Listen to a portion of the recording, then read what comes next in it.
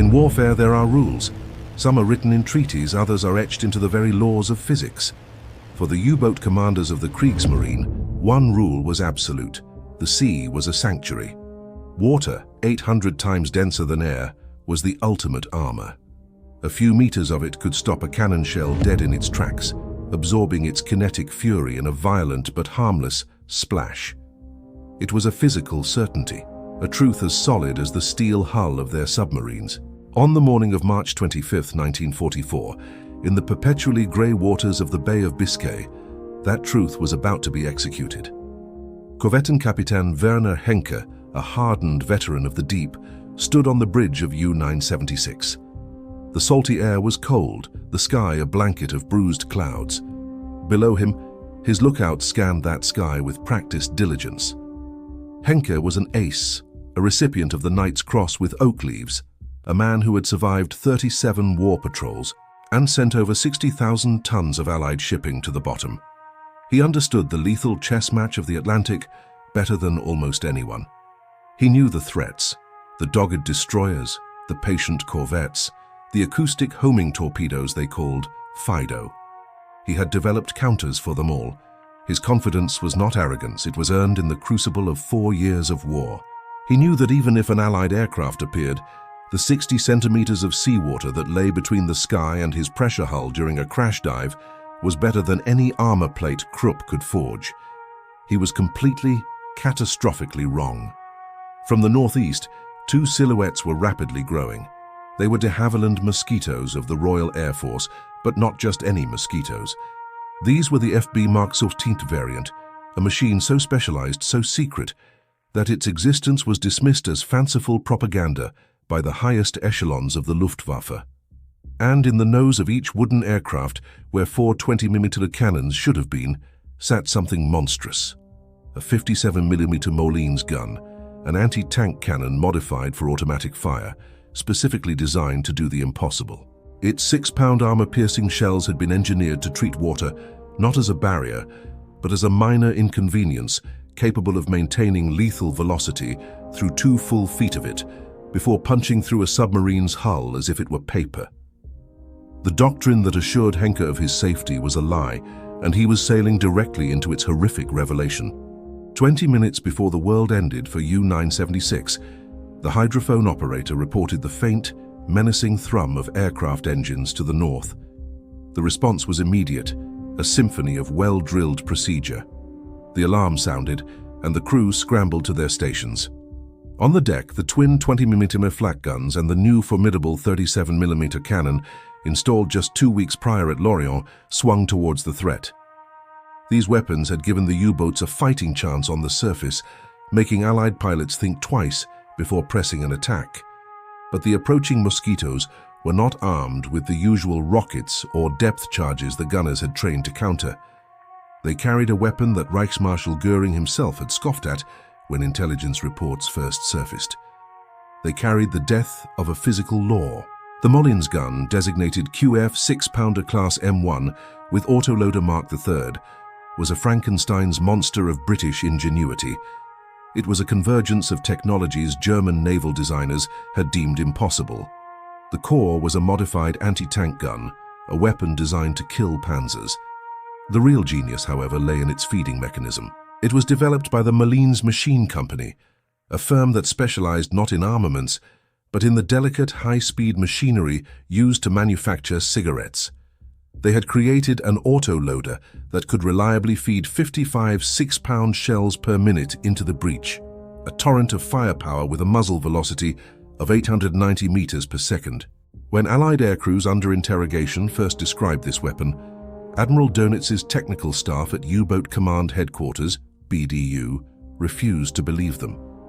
The specifications were a fantasy. The project was a testament to the lateral thinking that so often gave the Allies a technological edge.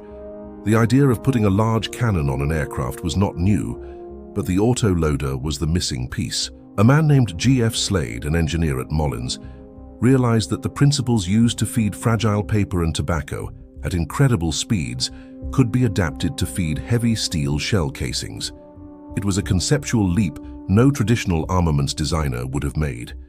His team designed a system using a combination of spring pressure and a clever gravity-fed tray that could function even under the violent G-forces of an attack dive. It was this unconventional solution that transformed the weapon from a single-shot novelty into a practical, terrifying combat system. Werner Henke had stared death in the face for 4 years. He had dodged depth charges that detonated too shallow and decoyed acoustic torpedoes that hunted the sound of his propellers. But nothing in his extensive, brutal education had prepared him for an aircraft that could kill his submarine from outside the effective range of his own guns. Nothing had prepared him for a cannon that treated the sea like thin air. The very concept was an affront to everything German engineers understood about fluid dynamics. Their calculations, their textbooks, their entire scientific foundation on the subject insisted that a high-velocity projectile striking a fluid surface would experience immense drag and instability. The projectile should tumble, lose all its energy, and become harmless within a meter. Yet across the Channel, engineers at the Royal Aircraft Establishment had, through painstaking methodical testing, discovered the secret. Firing shells into a massive, specially constructed water tank, they filmed the results with high-speed cameras. They discovered that the key was not just velocity, but the projectile's shape, the ogive or the curve of its nose, and its material composition. A standard shell would shatter or deflect, but a hardened steel penetrator with a carefully calculated curve could create a stable cavitation pocket around itself, essentially riding within a bubble of air and water vapor that dramatically reduced drag. It allowed the shell to carve a stable path through the water, retaining more than enough kinetic energy to be lethal. It was a finding that should have rewritten every naval textbook. It would have if anyone in the German High Command had believed it was real. As Flight Officer Turner's Mosquito began its prescribed 30-degree dive from 1,500 meters, Henke's lookouts finally saw it. The shouts echoed across the bridge. "Mosquito, Peilung 045!" Sending the gun crews into a frantic dance. They spun their weapons, but it was useless. At this range, their 20mm shells arced harmlessly into the sea, hundreds of meters short. The 37mm gun crew fought to elevate their heavy weapon, but the steep angle of the approaching aircraft made it impossible to get a firing solution. These were limitations RAF intelligence had carefully noted from previous, costly encounters. The Mosquito itself, a machine Luftwaffe pilots had derisively called the wooden wonder or furniture with engines, now revealed its hidden strengths. Its plywood and balsa construction could absorb flak damage that would shred an aluminum airframe. More importantly, it provided a remarkably stable gun platform for the massive cannon installation that filled its entire lower nose.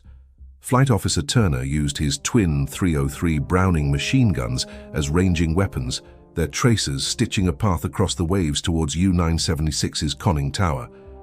His navigator, his voice a steady presence over the intercom, called out corrections to airspeed and dive angle, ensuring the attack parameters were perfect. They had rehearsed this dozens of times against derelict target hulks in the cold waters off Scotland. Now it was real. The first 57mm shell left the Moline's gun at precisely 09 to 37 and 12 seconds. It was followed by 5 more in rapid succession, the cigarette machine autoloader working flawlessly against the G-forces of the dive. Each 6-pound projectile screamed across the 1,400 meters to the target in under 2 seconds. Their trajectory was calculated to strike the pressure hull just forward of the conning tower, aiming for the control room, the officers' quarters, the very brain of the U-boat. For Werner Henke, a man whose senses were honed to interpret the subtlest signs of danger, the world slowed to a crawl. He had perhaps 3 seconds. 3 seconds to process the impossible sight of large-caliber tracers approaching with a velocity he knew no aircraft armament should possess. His training, his instinct, his entire career screamed one solution. He gave the order that had saved him and countless others. "Alarm! Fluten!" The crash dive.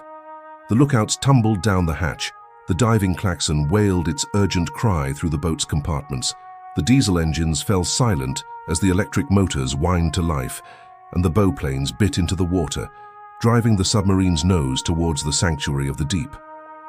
It was a maneuver executed with the flawless precision of 1,000 drills. But this time, The sea's embrace was a lie. The first shell struck the water 20 meters ahead of the diving submarine. Its specially hardened armor-piercing warhead, shaped with a precise ogive, did not tumble or deflect. It held its stability through the liquid medium, exactly as British ballisticians had calculated. Its velocity dropped, but it still carried more than enough energy. It punched through the 90mm steel plating of the pressure hull near frame 47 with a sound like tearing thunder. The sudden, catastrophic decompression in the forward torpedo room was instantaneous. The sea, under immense pressure, roared through a hole the size of a man's fist. Fragments of the shell's steel jacket became a storm of shrapnel, ricocheting through the compartment, killing 2 torpedo mechanics instantly and grievously wounding 3 others. The lights flickered, and the air filled with the acrid smell of cordite and the coppery tang of blood. The second shell penetrated 6 meters aft, obliterating the attack periscope housing. A cascade of seawater and hydraulic fluid flooded the control room. Henke struggled for his footing on the slick, tilting deck plates, shouting orders to blow all ballast tanks. Even as the cold water surged around his ankles, he could see the charts on the navigation table, his meticulously plotted course along the French coast, dissolving into a meaningless pulp. The impossible had happened. The inviolate barrier had been breached. The British had developed a weapon that turned a U-boat's greatest strength into its most fatal vulnerability.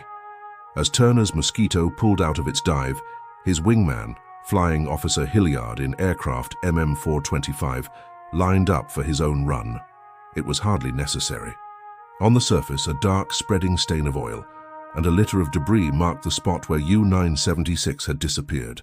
They were the characteristic signs of a fatal pressure hull breach, a sight every coastal command pilot was trained to recognize. Hilliard's attack was a devastating coup de grace. His 6 rounds struck the water in a tight pattern around the oil slick. At a depth of 15 meters, as the surviving crew fought for control, at least 2 more shells found the submarine's hull, sealing its fate. Inside the dying boat, Henke ordered the crew to abandon ship through the forward torpedo loading hatch, the only escape route not yet consumed by the floodwaters. By 0942, a mere 5 minutes after the first shell had struck, U-976 settled on the seabed in 27 meters of water.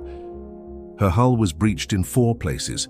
38 of her 52-man crew were dead or dying in the crushed, flooded compartments.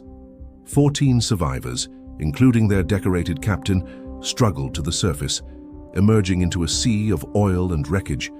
Their life jackets kept them afloat as the 2 wooden angels of death circled above, radioing their position to air-sea rescue. The entire action, from first sighting to destruction, had lasted less than 7 minutes. At his headquarters near Lorient, Admiral Dönitz initially attributed the loss of U-976 to a lucky depth charge, or a mine. Then, intercepted British radio traffic mentioned a Tsetse aircraft's successful engagement. The code name sent staff officers scrambling. Their investigation uncovered a weapons system that didn't just challenge their tactics, it shattered them. The Mosquito FB Mark 78, nicknamed Tsetse after the African fly with the vicious bite, had been designed to exploit the brief window of vulnerability, the 30 to 45 seconds it took a U-boat to dive to safety. But the extreme range of the 57mm gun had stretched that window to nearly 2 minutes, an eternity in combat. The psychological shockwave spread faster than the news itself. The weapon created what U-boat crews came to call the Tode Zone, the death zone. It was a volume of space extending from the surface down to periscope depth and outward for nearly 2 kilometers, where a U-boat was utterly vulnerable to instant destruction from an enemy it could barely see and could not hope to fight. Captain Henke, rescued after 4 hours in the water, spent 3 days being debriefed by incredulous staff officers. Several technical experts insisted he must have been mistaken, that the stress of combat had clouded his judgment. They posited that his U-boat had struck a stray mine at the exact moment of the aerial attack, a coincidence of astronomical odds, but one more palatable than the alternative. Henke, a decorated commander, held his ground, recounting the impossible traces with unwavering conviction. His testimony was met with disbelief, a reflection of a military mindset unwilling to accept that its fundamental doctrines could be rendered obsolete overnight. It was only when French recovery divers, working under German supervision, examined the wreck and returned with their chilling report. Clear, round entry holes characteristic of large-caliber, high-velocity projectiles, that the wall of skepticism finally crumbled. The evidence was irrefutable. The British could shoot through the ocean. This confirmation sent a tremor of fear through the entire U-boat arm. The old certainties were gone. The sea was no longer a shield. This fear manifested as what medical officers began to diagnose as mosquito neurose, an anxiety condition marked by an obsessive scanning of the skies and a profound reluctance to take bridge watches. Veteran commanders noted a sharp increase in false sightings, of crews crash diving at the sight of a distant seagull or a conventional aircraft, needlessly depleting precious battery reserves and exhausting the men. The Tsetse became a ghost, a phantom that haunted every U-boat commander in the Atlantic. The German High Command's response was a portrait of desperation and institutional rigidity. They ordered U-boats to travel in heavily armed surface convoys for mutual anti-aircraft support, a tactic that had already failed catastrophically against conventional aircraft and proved even more suicidal against the standoff capability of the 57mm gun. In one notorious incident on March 27th, a convoy of 5 U-boats was attacked by 2 Tsetses, which damaged 3 of the submarines while remaining comfortably outside their effective flak range. The tactic was quietly abandoned. Engineers proposed a flurry of countermeasures, ranging from the practical to the fantastical. There were plans for heavily armored conning towers, which would have added so much top weight as to make the submarines dangerously unstable and prone to capsizing. Others suggested a form of explosive reactive armor, a concept so radical and untested it was more likely to destroy the U-boat than the incoming shell. None of these solutions could be designed, tested, and implemented in the time that mattered.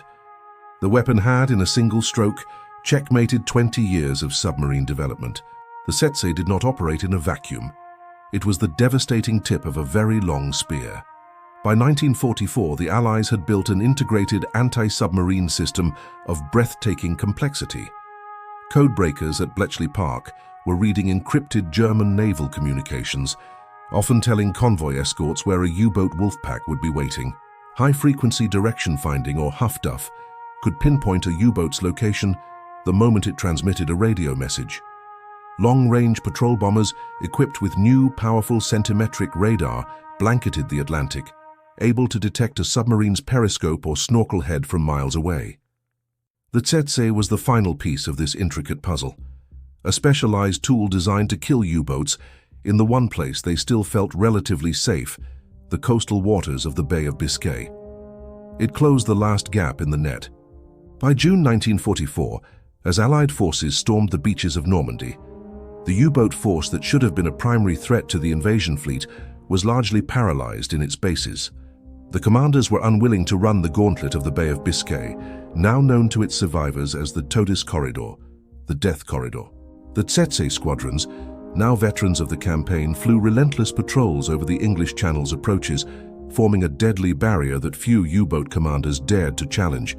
The few who tried were systematically hunted and destroyed, not just by the Tsetses, but by the overwhelming weight of the entire Allied anti-submarine system. The final analysis by the German Naval War Staff, completed in September 1944 but kept secret, was a stark admission of defeat.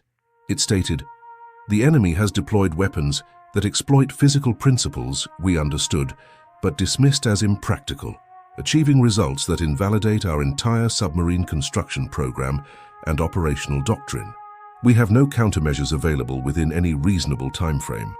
The last word belongs to a former U-boat commander, his name redacted from Allied intelligence reports, who wrote after the war, "We thought water would always protect us, that the sea itself was our armor.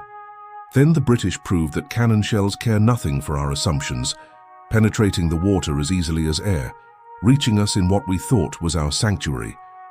They proved that in modern war, there are no sanctuaries, only temporary hiding places that technology will eventually eliminate. The legacy of the Tsetse Mosquito is not just in the U-boats it sank, but in the doctrine it shattered. It was a harbinger of a new age of warfare, where unconventional thinking and technological fusion could overcome brute force and established dogma. The wooden ghost, armed with a gun born in a cigarette factory, had taught the hunters of the deep the ultimate lesson in humility, a lesson written in the oil slicks and debris fields where U-boats died, killed by a weapon they never imagined possible. It proved that sometimes the most effective weapon isn't the biggest bomb or the thickest armor, but an idea that simply refuses to obey the rules.